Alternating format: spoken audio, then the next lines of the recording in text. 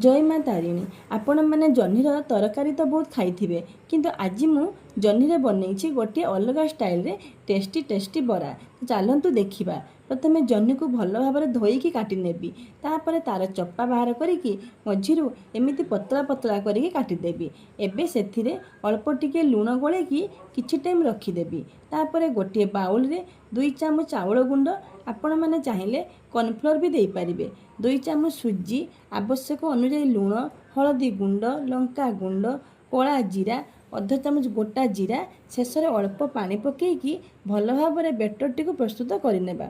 एबे सबू जह्नी को भल भाव एमती चिपुड़ी नेबा। तापर यही बेटर रे पकईकी गोटे पर गोटे छाणीदेबा। आही बराटी बाहर बहुत क्रिस्पी और भितर बहुत सॉफ्ट आ खाया को बहुत भल लगे। आपण मैंने यूनिक जह्नी बरा रेसिपी को घरे बनातु।